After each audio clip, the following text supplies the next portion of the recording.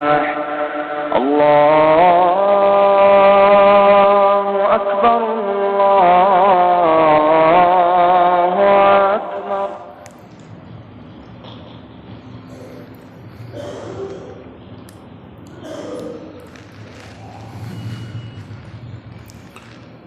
الحمد لله نحمده ونستعينه والصلاة والسلام على سيد الأنبياء والمرسلين وعلى آله وأصحابه أجمعين. قال رسول الله صلى الله عليه وسلم: الإمام ضامن والمؤذن مؤتمن.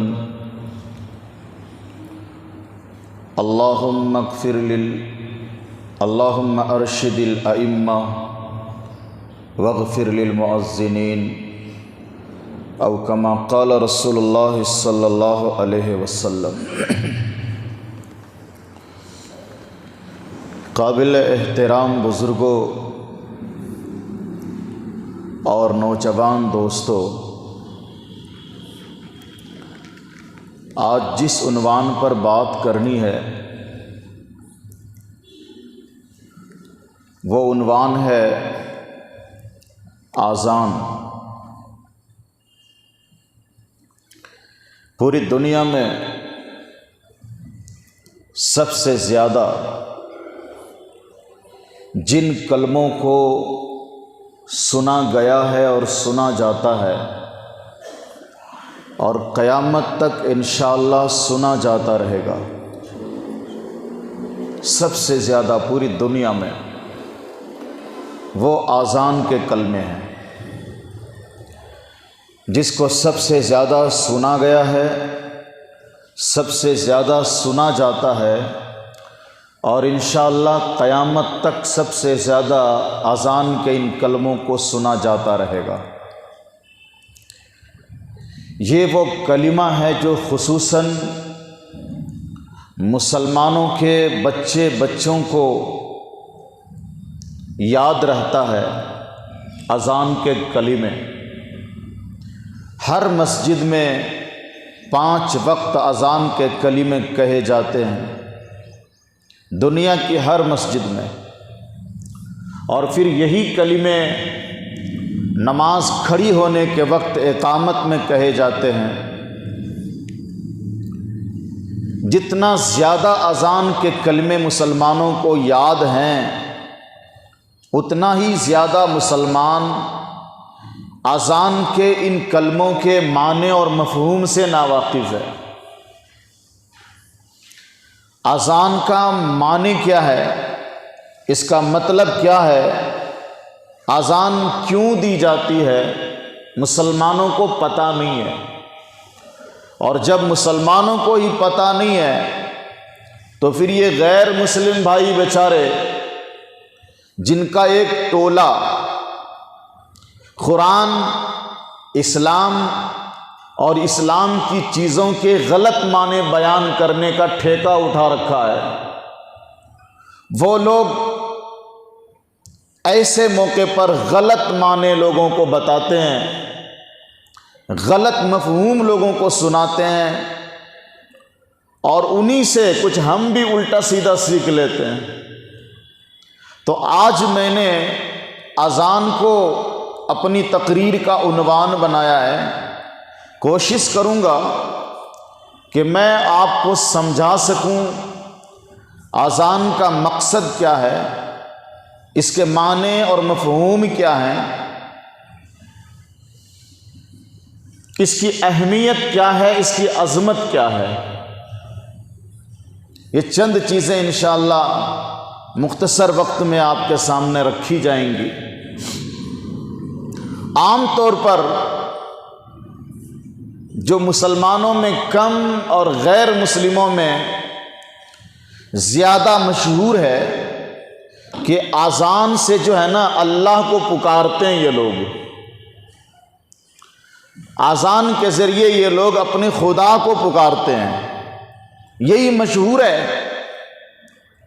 اور کبھی کبھی بڑا گیانی آدمی بھی، بڑا پڑھا لکھا آدمی بھی، جو اپنے آپ کو بڑا پڑھا لکھا سمجھ کر کسی بھی مذہب کی ترجمانی کر بیٹھتا ہے، کسی بھی مذہب کی چیز کو بیان کر بیٹھتا ہے، وہ بھی اپنی جہالت کا ثبوت دے دیتا ہے کہ پڑھا کچھ بھی نہیں، جانا کچھ بھی نہیں، اپنا اسٹیٹمنٹ دے دیا کہ اسلام میں جو یہ چیز ہے نا، اس کا ریزن یہ ہے۔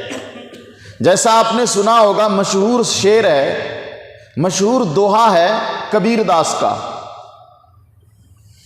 آج بھی ٹی وی ڈیبیٹ میں بہت سارے لوگ کبیر داس کے اس دوہے کو پڑھ کر سناتے ہیں کہ بھائی ملا جی، لوگوں کو اتنا زور سے چیخنے کی ضرورت کیا ہے، مائک میں اتنے زور سے اذان دینے کی ضرورت کیا ہے؟ تو اس دوہے کو ثبوت کے طور پر پیش کر دیتے ہیں، اور وہ دوہا کیا ہے؟ کنکر پتھر جوڑ کے مسجد لئی بنائے، کنکر پتھر جوڑ کے مسجد لئی بنائے، تاج چڑھی ملا بانگ دے، کیا بہرا بھیا خدا ہے۔ یہ طنز مارا کبیر داس نے۔ کنکر پتھر چن کے مسجد بنا لیا، تاج چڑھی ملا، اب مسجد کے اوپر میں اذان گڑھ پہ چڑھ کے ملا جی جو ہے زور سے اذان دے رہے ہیں، تاج چڑھی ملا بانگ دے، بانگ کہتے ہیں آواز دینے کو۔ اسی لیے مہاراشٹر کے علاقوں میں مؤذن صاحب کو بانگی صاحب بولتے ہیں، اور کچھ علاقوں میں بولا جاتا ہوگا۔ تو یہ جو بانگی صاحب بولتے ہیں، غالباً شاید بنگال میں بھی بولتے ہیں، یہ لفظ بھی استعمال نہیں کرنا چاہیے۔ بانگی صاحب، مؤذن کو بانگی نہیں بولنا چاہیے۔ تو بانگ دینا کا مطلب آواز دینا، پکارنا۔ تو کبیر داس نے کہا تاج چڑھی ملا بانگ دے، کیا بہرا بھیا خدا، خدا کیا بہرا ہو گیا ہے جو اوپر چڑھ کے پکار رہے ہو؟ اب ہم کبیر داس کا کیا علاج کریں، بیچارہ مر کے تو چلا گیا، تو زمانہ ہو گیا۔ بس ہم یہی کہہ سکتے ہیں کہ ان کو اذان کے مقصد کا، اذان کیوں دی جاتی ہے، ان کو بیچارے کو علم نہیں تھا، اس لیے انہوں نے اپنی طرف سے اذان کا مقصد یہ بتا دیا کہ اذان سے مسلمان اللہ کو پکارتے ہیں۔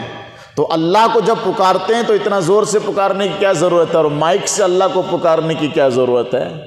اللہ تو ہر جگہ ہے، ہر انسان کے دل میں ہے۔ اللہ خود قرآن میں کہتا ہے ادعوا ربکم تضرعا وخفیا، اپنے رب کو آہستہ پکار لو، اتنا زور سے پکارنے کی کیا ضرورت ہے؟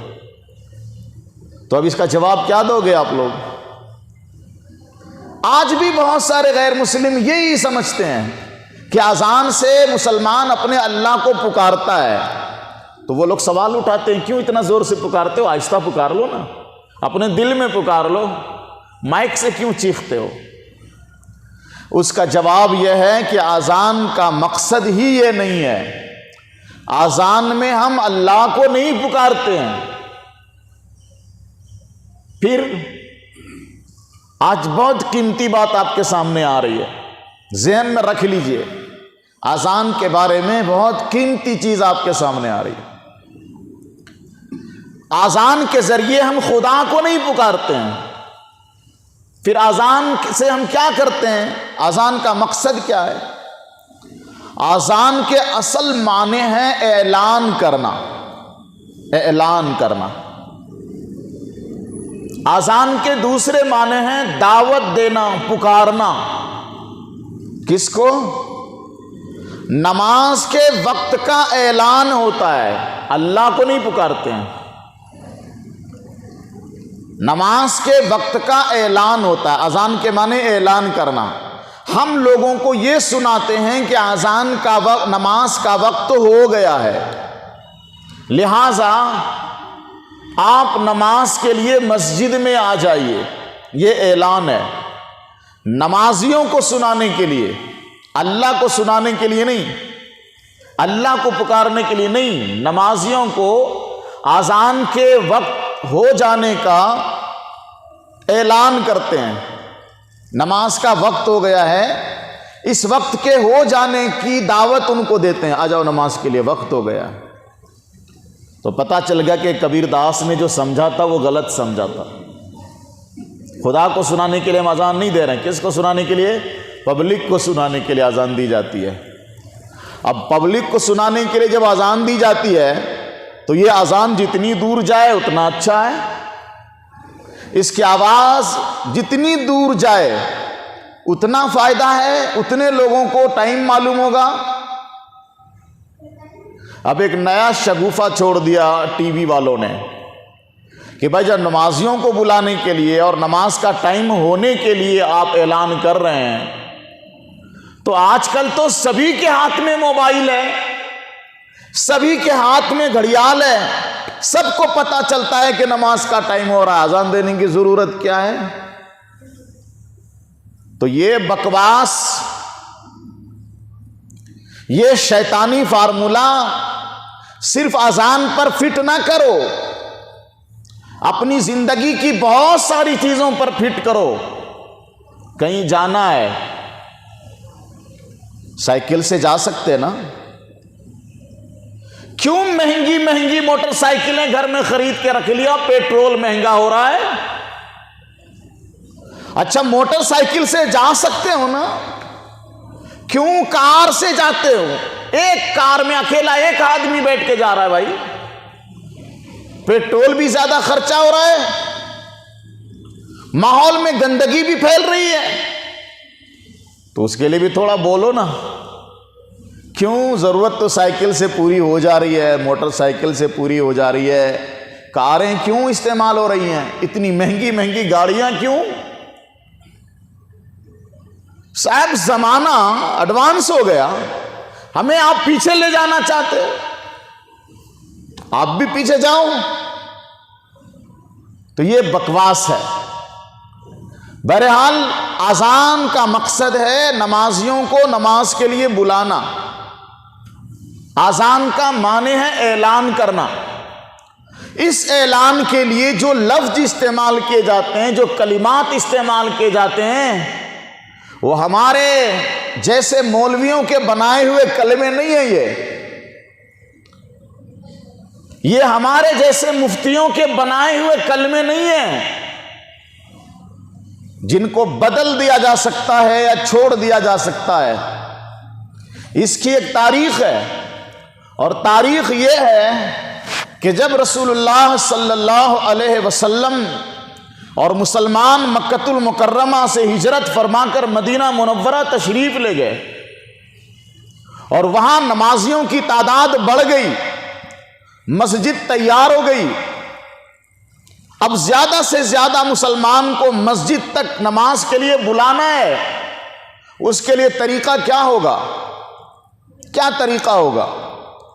تو رسول اللہ صلی اللہ علیہ وسلم نے صحابہ کرام کی میٹنگ بلائی کہ نمازیوں کی تعداد بڑھ گئی ہے نا، ہر آدمی وقت پر نہیں پہنچ پا رہا ہے، کوئی پہلے آ جا رہا ہے، کسی کی جماعت چھوٹ جا رہی ہے، تو ٹھیک ٹائم پر سب لوگ مسجد پہنچ جائیں، نماز کا وقت ہو گیا ہے، یہ بتانے کا کیا طریقہ ہونا چاہیے؟ حضور مشورہ کر رہے ہیں صحابہ سے۔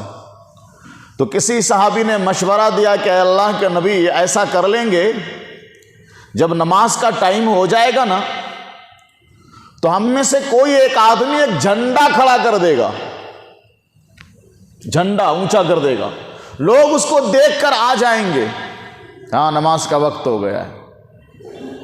حضور نے فرمایا نہیں، یہ بہتر نہیں لگ رہا ہے۔ کسی نے کہا اللہ کے نبی، جب جماعت کا وقت ہو جائے نماز کا، آگ سلگا دیں گے، آگ لگائیں گے، وہ آگ کی روشنی کو لوگ دیکھ کر سمجھ جائیں گے نماز کا وقت ہو گیا۔ حضور نے فرمایا یہ بھی ٹھیک نہیں لگ رہا ہے، کیونکہ یہ مجوسیوں کا طریقہ ہے، عبادت کے لیے آگ وہ سلگاتے ہیں۔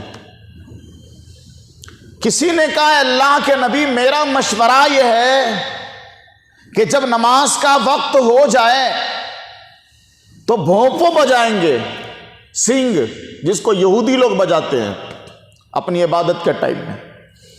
حضور نے اس کو بھی ناپسند فرمایا، یہ تو یہودیوں کا طریقہ ہے۔ کسی نے کہا اللہ کے نبی ہم ناقوس بجائیں گے، گھڑیال جو عیسائیوں کے چرچ میں بجائے جاتے ہیں۔ حضور نے فرمایا یہ تو عیسائیوں کا طریقہ ہے، پسند نہیں آیا۔ کوئی مشورہ اللہ کے نبی کو پسند نہیں آیا۔ حضور غم میں ہیں، فکر میں ہیں۔ ایک صحابی عبداللہ بن زید رضی اللہ تعالیٰ عنہ ہیں، انہوں نے خواب دیکھا کہ ایک آدمی اپنے ہاتھ میں گھڑیال لیے چلا جا رہا ہے۔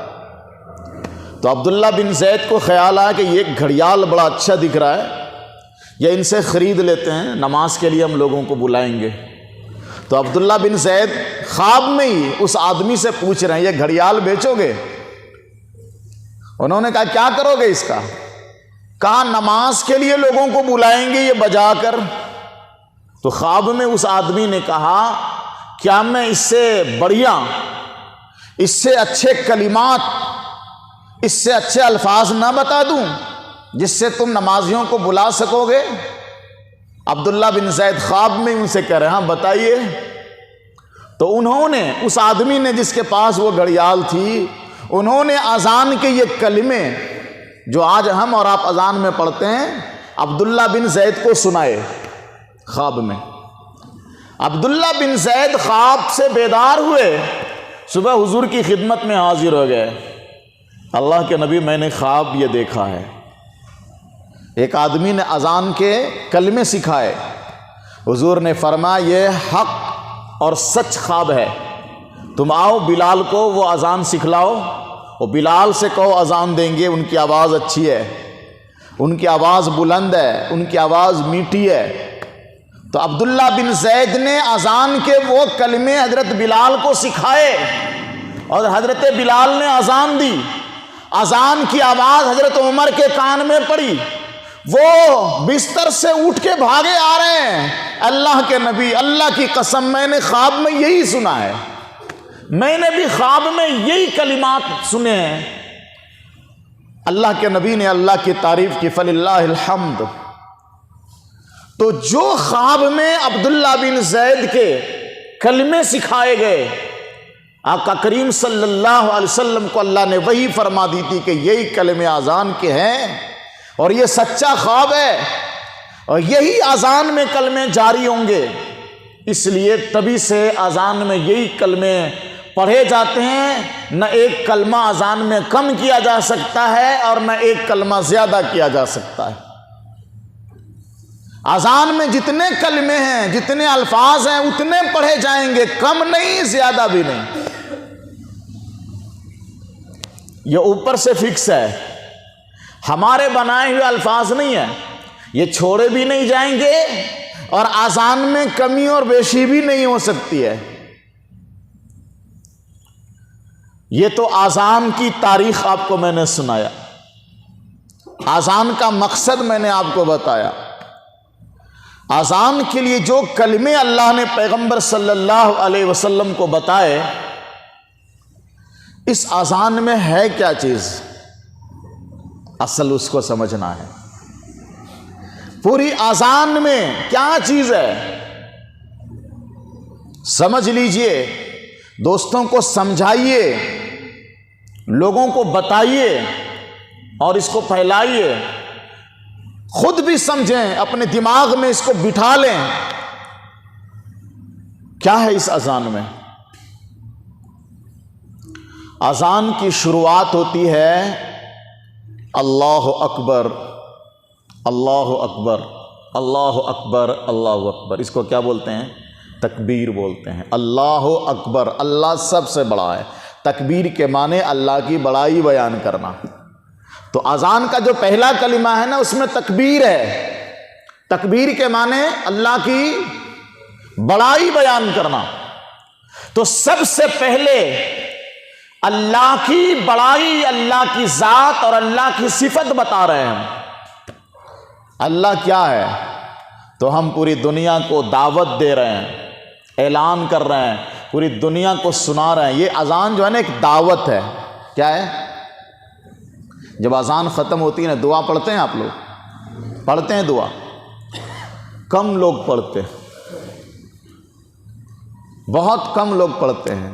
جس کو یاد ہے وہ بھی نہیں پڑھتے ہیں، معمول نہیں ہے۔ حضور فرماتے ہیں من قال حین سمع النداء،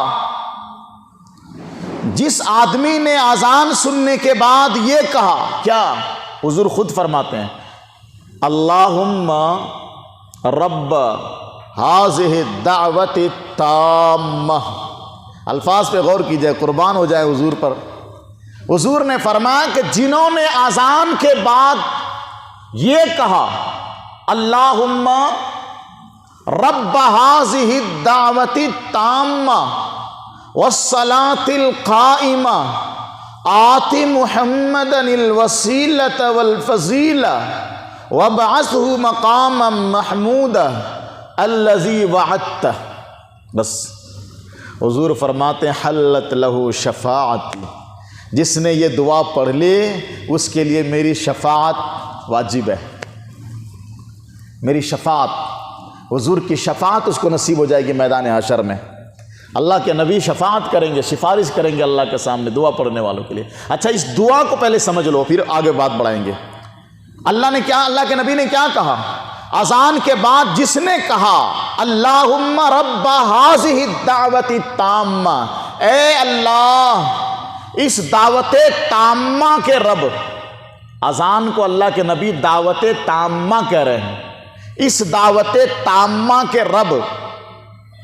اذان کو اللہ کے نبی کیا کہہ رہے ہیں؟ دعوت تامہ، مکمل دعوت۔ اس کا معنی ہوا مکمل دعوت۔ یہ دعوت کا مطلب وہ بریانی والی تو نہیں سمجھ رہے نا آپ لوگ۔ دعوت کا مطلب دین کی طرف بلانا، اللہ کے پیغام کو عام کرنے کے لیے اللہ کی طرف بلانا، حق کی طرف بلانا، اس کو بولتے ہیں دعوت۔ وہ بریانی والی دعوت نہیں ہے یہ۔ تو حضور اذان کو کہتے ہیں مکمل دعوت۔ اے اللہ اس مکمل دعوت کے رب۔ اذان کو میرے نبی نے کیا کہا؟ مکمل، بولو مکمل، مکمل دعوت، کامل دعوت۔ یہ کامل دعوت ہر دن 5 ٹائم کون دے رہا ہے؟ یہ کامل اور مکمل دعوت ہر دن 5 ٹائم کون دے رہا ہے؟ کیا بولتے ہیں اس کو؟ مؤذن صاحب۔ حضور اذان کو کہتے ہیں کامل اور مکمل دعوت ہے۔ یہ پوری دنیا کے لوگوں کو جہاں تک مؤذن صاحب کی آواز جا رہی ہے، اس کامل اور مکمل دعوت کو مؤذن صاحب ہر دن 5 ٹائم دے رہے ہیں۔ تو مؤذن صاحب داعی ہوئے کہ نہیں ہوئے؟ بولیے، ہضم نہیں ہو رہے نا یہ بات؟ مؤذن صاحب داعی ہوئے کہ نہیں؟ مؤذن صاحب کو داعی ماننے کے لیے ہم لوگ تیار ہی نہیں ہیں، حالانکہ بیچارہ ہر دن 5 ٹائم دعوت دیتا ہے، پھر بھی اس کے پیچھے لگے رہتے ہیں۔ چلو دعوت میں نکلو، آپ دعوت میں نکلو، 3 دن کے لیے نکلو مؤذن صاحب، 40 دن کے لیے نکلو آپ۔ پریشان بیچارہ، پریشان، 8,000 تنخواہ ملتی ہے، اب 40 دن کے لیے ان کو دعوت میں لے کے جانے کے لیے پریشان ہے۔ کیوں؟ تم دعوت کا کام نہیں کر رہے، ادھر چلو دعوت کا کام کے لیے۔ اب کسی طرح بیچارہ تیار بھی ہو جاتا ہے نا، 8,000 تنخواہ ملتی، ان کو گھر بھیجنا ہے نا، تو مؤذن صاحب کہتے ہیں میں تو جانے کے لیے تیار ہوں، خرچہ اب دے دو، 1 مہینے کی تنخواہ ایکسٹرا دے دو، اس سے میں جماعت میں چلا جاؤں گا، مجھے تو تنخواہ ملتی ہے وہ گھر بھیج دوں گا۔ تو جماعت کے ساتھ کہتے نہیں، اپنا لگانا، اپنا خرچ کرنا، تب سے ہی دعوت ہوگی۔ اب اسی 8,000 کو بیچارہ اب 40 دن میں خرچ کرے گا، وہ گھر بھیجنے والا تھا، ختم۔ بائی چانس کوئی مؤذن صاحب تیار نہیں ہوا کہ نہیں صاحب میں تو ادھر ہی دعوت دے رہا ہوں نا 5 ٹائم، میں نہیں جاتا، تو اگلے مہینہ مؤذن صاحب کی چھٹی ہو جاتی ہے، نکال دو یہ مؤذن صاحب کی دعوت کے خلاف ہے، یہ دعوت سے نہیں جڑ رہا ہے۔ میرے نبی کہتے ہیں مکمل اور کامل دعوت یہی دے رہا ہے ہر دن 5 ٹائم، میرے نبی کہتے ہیں ہم اس کو دائی ماننے کے لیے تیار نہیں۔ کتنی مسجدیں ایسی ہیں جہاں سے مؤذن صاحب کو صرف اس لیے نکال دیا جاتا ہے کہ وہ مشورے میں نہیں بیٹھتا ہے، وہ گشت نہیں کرتا ہے، وہ 3 دن جماعت میں نہیں جاتا ہے، 40 دن کے لیے کبھی نہیں نکلا وہ، اس لیے اس مؤذن کو نکال دو کیونکہ یہ دعوت سے جڑا ہوا نہیں ہے، یہ ہمارا مزاج بن رہا ہے۔ میں کبھی تیکھی باتیں بھی کرتا ہوں اور کسی کی پرواہ بھی نہیں کرتا، حق بتاتا ہوں میں، کیونکہ میرے نبی نے اذان کو کامل اور مکمل دعوت کہا ہے، اور یہ کامل اور مکمل دعوت ہر دن مؤذن دے رہا ہے، تو وہ دائی ہوا، کامل دائی ہے، مکمل دائی ہے، وہ ڈسٹرب نہ کرو ان کو، قربانی ہے ان کی۔ اور میرے نبی نے تو ان کے لیے اتنی بڑی دعا کر دی ہے نا، نبی فرماتے ہیں الامام ضامن، امام ذمہ دار ہے، والمؤذن مؤتمن، مؤذن امانت دار ہے۔ نبی کہتے ہیں اللہم ارشد الائمہ، اے اللہ اماموں کو ہدایت عطا فرما، واغفر للمؤذنین، اور مؤذن لوگوں کی مغفرت فرما دے۔ ان مؤذنوں کی مغفرت کی دعا سرکار دو عالم نے کر رکھی ہے، ہم اس کو کہتے ہیں کہ یہ جڑا ہوا ہی نہیں ہے۔ میرے نبی کہتے ہیں 3 آدمی کو اللہ مشک کے ٹیلے پر مقام عطا فرمائے گا۔ 3 آدمی کو اللہ مشک کے ٹیلے پر گھر بنا کے دے گا، مشک کے ٹیلے پر ان کا محل بنے گا۔ پہلا آدمی رجل ادى حق اللہ وحق مولاہ، پہلا آدمی وہ ہے جو غلام ہے، لیکن غلام اور نوکر ہونے کے باوجود اللہ کا بھی حق ادا کرتا ہے اور اپنے مالک کا بھی حق ادا کرتا ہے۔ اللہ کے نبی فرماتے ہیں ایسے انسان کو مشک کے ٹیلے پر محل بنا کر اللہ دے گا ان کو۔ دوسرا آدمی کون ہے؟ حضور فرماتے ہیں رجل ام قوما وهم راضون، یہ میں اپنی بات نہیں سنا رہا ہوں دوستو، اپنی بات نہیں سنا رہا ہوں، حضور کی بات سنا رہا ہوں۔ حضور کہتے ہیں رجل ام قوما، ایسا آدمی جنہوں نے کسی قوم کی امامت کی، یعنی یہ الفاظ امام لوگوں کے لیے ہیں، ایسا امام جو قوم کی امامت کر رہا ہے اور قوم اس سے راضی ہے، لوگ اس سے خوش ہیں، اور وہ امام صاحب امامت کر رہے ہیں، لوگ خوش ہیں، تو اللہ کے نبی فرماتے ہیں کہ اس امام کو مشک کے ٹیلے پر اللہ محل بنا کر دے گا میدان حشر میں، قیامت کے دن جنت بنا کر دے گا۔ اور تیسرا آدمی کون ہے؟ حضور فرماتے ہیں رجل ینادی بالصلاۃ الخمس کل یوم ولیلہ، ہر دن ہر رات جو آدمی 5 وقت کی نماز کے لیے لوگوں کو بلا رہا ہے، اس آدمی کو اللہ مشک کے ٹیلے پر شاندار محل بنا کر کے دے گا، وہ مؤذن صاحب ہیں۔ اتنا بڑا مقام جن کا ہو، ہم اس کو ڈسٹرب کرتے ہیں، مسجد سے بھگا دیتے ہیں کہ جڑا ہوا نہیں ہے۔ اللہ حفاظت فرمائے، ساری مسجدوں کے حالات ایسے نہیں ہیں، لیکن بہت ساری مسجدوں میں ایسے فتنے چلتے ہیں، اماموں اور مؤذنوں کو صرف اس لیے نکال دیا جاتا ہے کہ وہ مشورے میں نہیں بیٹھتا ہے۔ اللہ حفاظت فرمائے۔ تو یہ دعوت ہے، مکمل دعوت۔ ظاہری طور پر اذان ایک اعلان ہے، لیکن باطنی طور پر اذان میں روح اسلام ہے، اسلام کی روح ہے، اور باطنی طور پر اذان پورے دین اسلام کی بنیاد جو ہوتی ہے، اسلام کے بنیاد کی تعلیم ہے اور اسلام کے بنیاد کی دعوت ہے۔ اسلام کی بنیاد کیا ہے؟ پہلی بنیاد اللہ کے بارے میں بتاؤ لوگوں کو اللہ کیا چیز ہے، تو پہلی بنیاد اذان میں آئی اللہ اکبر، یہ پہلی بنیاد ہے اسلام کی، اللہ کی ذات اور اللہ کی صفات کو بتانا۔ یہ اذان میں جو پہلا کلمہ ہے اللہ اکبر، یہ اسلام کی پہلی بنیاد ہے کہ اللہ سب سے بڑا ہے۔ اللہ کیا ہے؟ سب سے، یہ اللہ کی صفات میں سے ہے۔ جتنی چیزیں ہمیں نظر آ رہی ہیں اور جتنی چیزیں ہمیں نظر آ سکتی ہیں، وہ کتنی بھی بڑی ہو، اور جتنی چیزوں کا ہمیں تصور ہو سکتا ہے اور جتنی چیزوں کا ہمیں خیال اور گمان ہو سکتا ہے، ان ساری چیزوں سے اللہ بڑا ہے، ان ساری چیزوں سے اللہ بڑا ہے، چاہے وہ آسمان ہو، ندی ہو، نالا ہو، سمندر ہو، دریا ہو، آگ ہو، پانی ہو، مٹی ہو، دھرتی ہو، کچھ بھی ہو، کتنے بڑے بت ہو، سب سے بڑا اللہ ہے۔ اللہ اکبر۔ یہ اللہ کی ذات کے بارے میں اعلان ہوا. اور پھر اعلان ہوتا ہے توحید کا، اشہد ان لا الہ الا اللہ.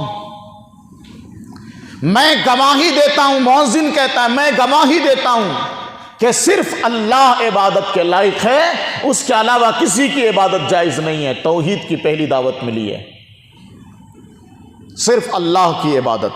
اشہد ان لا الہ الا اللہ، صرف اور صرف اللہ کی عبادت. دو طریقے سے میں اس کو سمجھاؤں گا بھی آپ کو. صرف اور صرف اللہ کی عبادت، یہ اسلام کی دوسری بنیاد ہے. اللہ کی دعوت، توحید. اور اللہ کی توحید کے بعد مسئلہ آتا ہے نبی کی رسالت کا.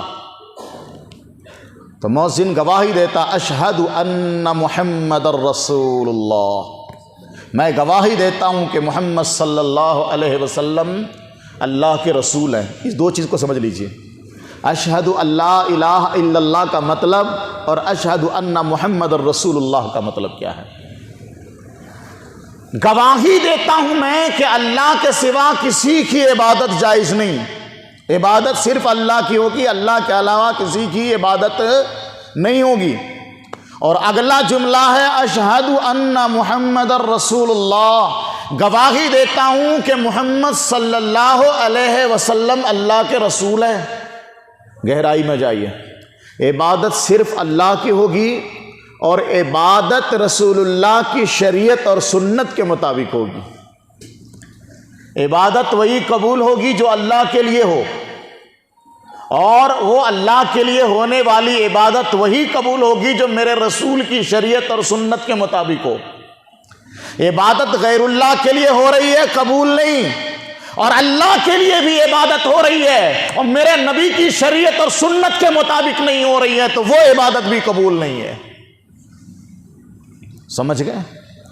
پھر ایک تیسرا کلمہ آتا ہے حی علی الصلاۃ، آؤ نماز کی طرف آؤ. یہ نماز اللہ کی بندگی میں سب سے اونچی چیز ہے اور اسی طریقے میں کامیابی ہے. تو مؤذن کہتا ہے حی علی الفلاح. یہ ایک دعوت ہے، اسلام کی تعلیم کی جو بنیاد ہے اس کی دعوت ہے. یہ میں نے کہا اس کو دوسرے پہلو سے بھی میں سمجھاؤں گا. اللہ کی ذات کا اعلان ہو گیا اللہ اکبر میں. اللہ سب سے بڑا ہے، وہ کتنا بھی کسی کو برا لگے، کسی کو برا لگنے سے ہمارا اللہ چھوٹا نہیں ہو جائے گا. اللہ سب سے بڑا ہے. تیرے کو سمجھ میں آئے تو بھی بڑا ہے، نہ سمجھ میں آئے تو بھی بڑا ہے. بات سمجھیں؟ کچھ لوگ پوچھتے رہے اللہ سب سے بڑا ہے تو ہم جتنوں کی پوجا کر رہے ہیں وہ، یہ تم سمجھ رہے ہو بڑا تو سمجھتے رہو، میں تھوڑی زبردستی کر رہا ہوں. آسان میں اعلان ہے، زبردستی نہیں ہے. ہم اللہ کے بڑے ہونے کا اعلان کر رہے ہیں، وہ ہمارا مذہب ہے، وہ ہماری تعلیم ہے، ہماری سوچ ہے اور ہمارے ہندوستان کے قانون نے اس کی آزادی دی ہے. ہم اعلان کرتے ہیں پر زبردستی نہیں کر رہے ہیں تمہارے اوپر کہ تم بھی مانو میرا اللہ بڑا ہے. یہ تم بھی مانو، زور زبردستی نہیں. لا اکراہ فی الدین، دین اسلام کو قبول کرنے میں ہم زبردستی کرتے ہی نہیں ہیں. تم کس کو مان رہے ہو مانو. تم جس کو مان رہے ہو اس کا خمیازہ، اس کا رزلٹ تم بھگتو گے. ہم جس کو مان رہے ہیں اس کی جزا، اس کا بدلہ ہمیں ملے گا. لکم دینکم ولی دین، لنا اعمالنا ولکم اعمالکم. ہمارے کام ہمارے لیے، تمہارا کام تمہارے لیے. سر کیوں پیٹ رہے ہو؟ پریشان کیوں ہو رہے ہو؟ شور کیوں مچا رہے ہو؟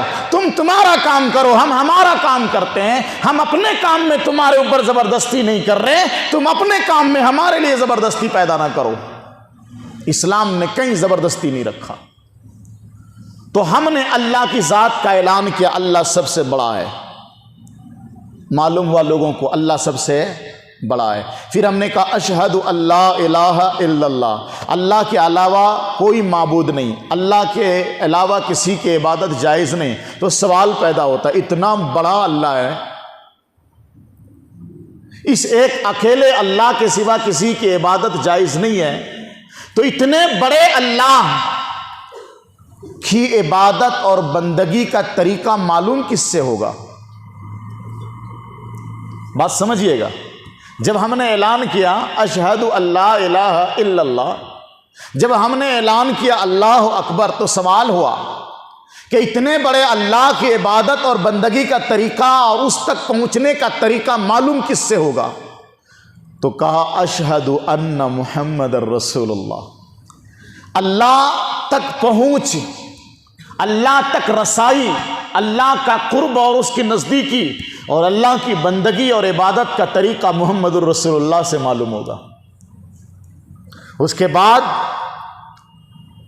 حی علی الصلاح نے ایک پیغام دیا کہ جب تم نے محمد الرسول اللہ کو ڈھونڈ لیا اللہ کی بندگی کا طریقہ پوچھنے کے لیے، تو اب سنو، اللہ کی بندگی پر جب آ گئے اور جب اللہ کی بندگی کے لیے تیار ہو گئے تو حی علی الصلاح، اللہ کی عبادت، اللہ کی بندگی، نماز سے بہتر کوئی اور طریقہ ہے ہی نہیں اللہ کی بندگی کرنے کا۔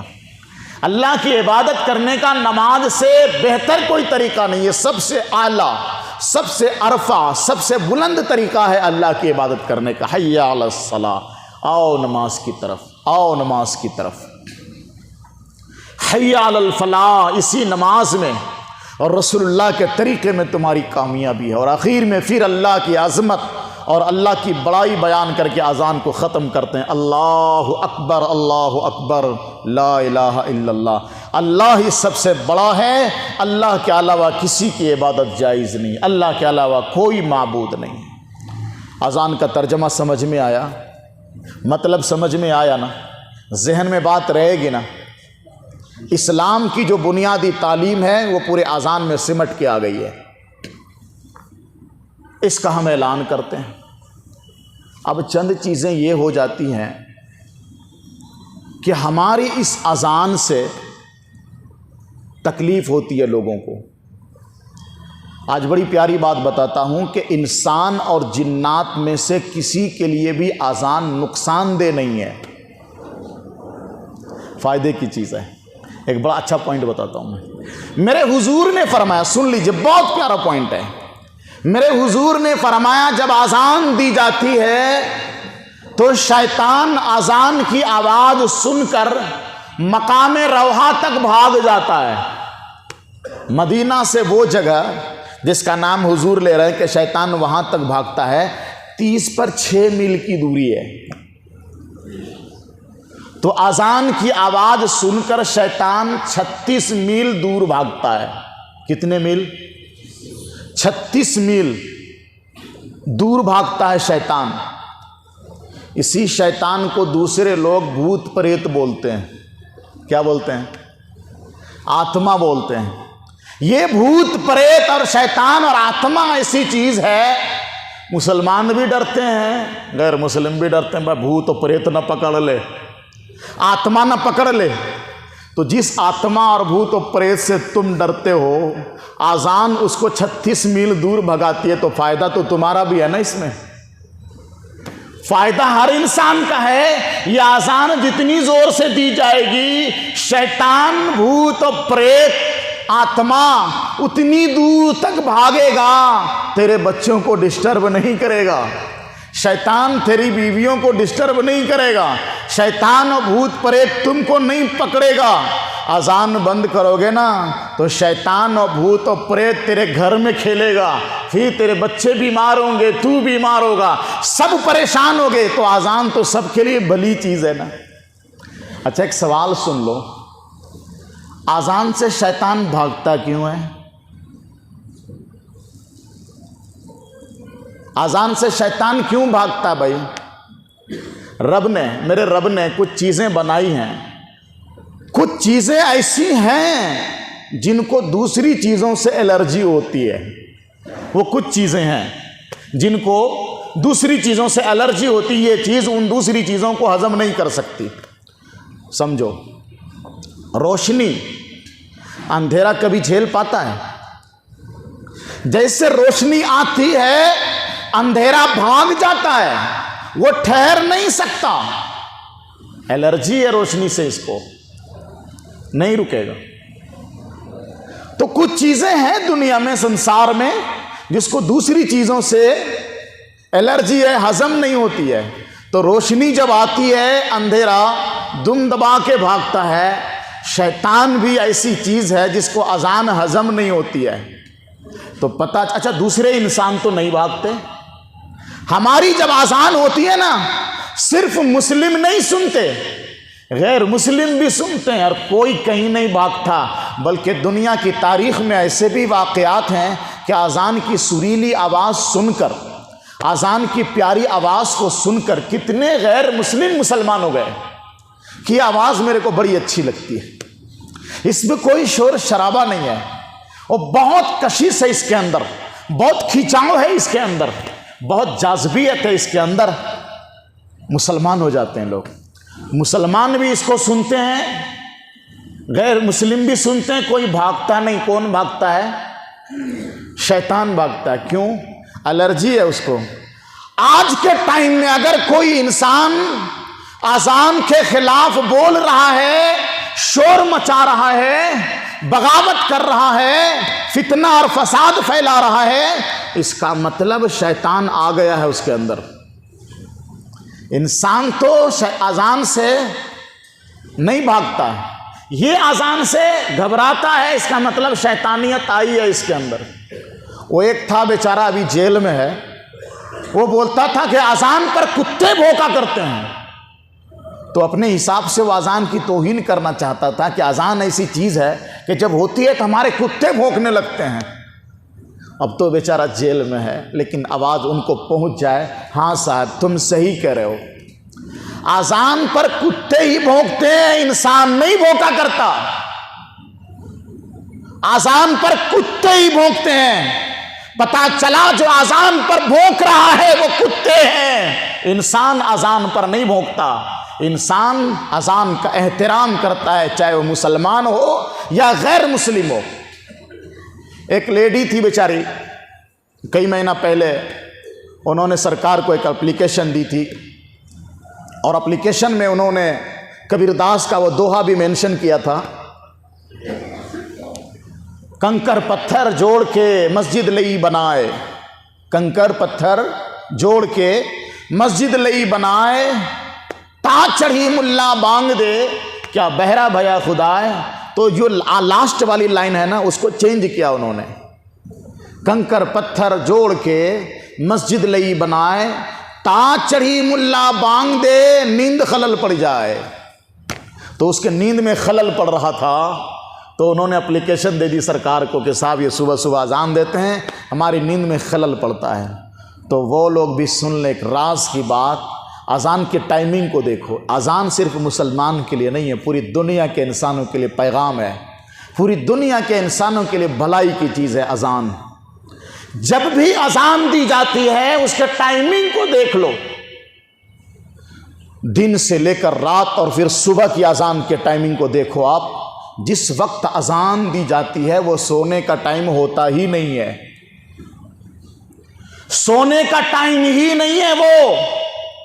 تو جو ٹائم سونے کا نہیں ہے اس ٹائم میں تم سو رہے ہو، تم نیچر سے بغاوت کر رہے ہو، فطرت سے بغاوت کر رہے ہو، رب کائنات نے جو سسٹم بنایا ہے اس سسٹم سے بغاوت کر رہے ہو. یہ ٹائم سونے کا نہیں ہے، اسی لیے تو اذان دے کے اٹھایا جا رہا ہے. اٹھو، یہ سونے کا ٹائم ہی نہیں ہے. مغرب میں بھی سونے کا ٹائم نہیں، عشاء میں بھی سونے کا ٹائم نہیں ہے. عشاء پڑھ کے آرام سے سو جاؤ، کوئی اذان نہیں دے گا اس ٹائم. فجر سو کر اٹھنے کا ٹائم ہے، اب مت سو، اٹھو. اب تم بولو گے بھائی نماز تم کو پڑھنی ہے، میرے کو تو نہیں پڑھنی. نہیں پڑھنی ہے نہ پڑھو، اس کا حساب تو تم کو دینا ہے، لیکن اٹھ تو جاؤ. اللہ کے بندو جاؤ، اپنے اپنے کام پر جاؤ. یہ سونے کا ٹائم نہیں ہے. تو تمہارے سونے کا ٹائم ہی نہیں ہے، اس ٹائم پہ تم کو ڈسٹربنس ہوتا ہے تو یہ تمہارا قصور ہے نا، ہمارا قصور نہیں ہے. اذان کا نظام الاوقات بہت پیارا ہے. انسان اس نظام الاوقات کے تحت اپنے کام کا معمول بنا لے، کامیاب ہو جائے گا، وہ چاہے کسی بھی مذہب کا ماننے والا ہو. سرکار دو عالم صلی اللہ علیہ وسلم نے اذان کے سلسلے میں بہت ساری احادیث بیان کی ہے. اذان کی اہمیت، اذان کی عظمت، مؤذن کی عظمت، مؤذن کی اہمیت. اللہ تعالی ہم سب کے دلوں میں وہ بات ڈال دے، ہمارے ذہن میں وہ بات ڈال دے، اور اذان کا جو پیغام ہے اس پیغام تک ہم کو پہنچنے کی اللہ توفیق دے دے، اور اس حقیقت پر چلنے کی اللہ تعالی ہم سب کو توفیق دے دے۔ جزاک اللہ خیر، وآخر دعوانا الحمد للہ رب العالمین۔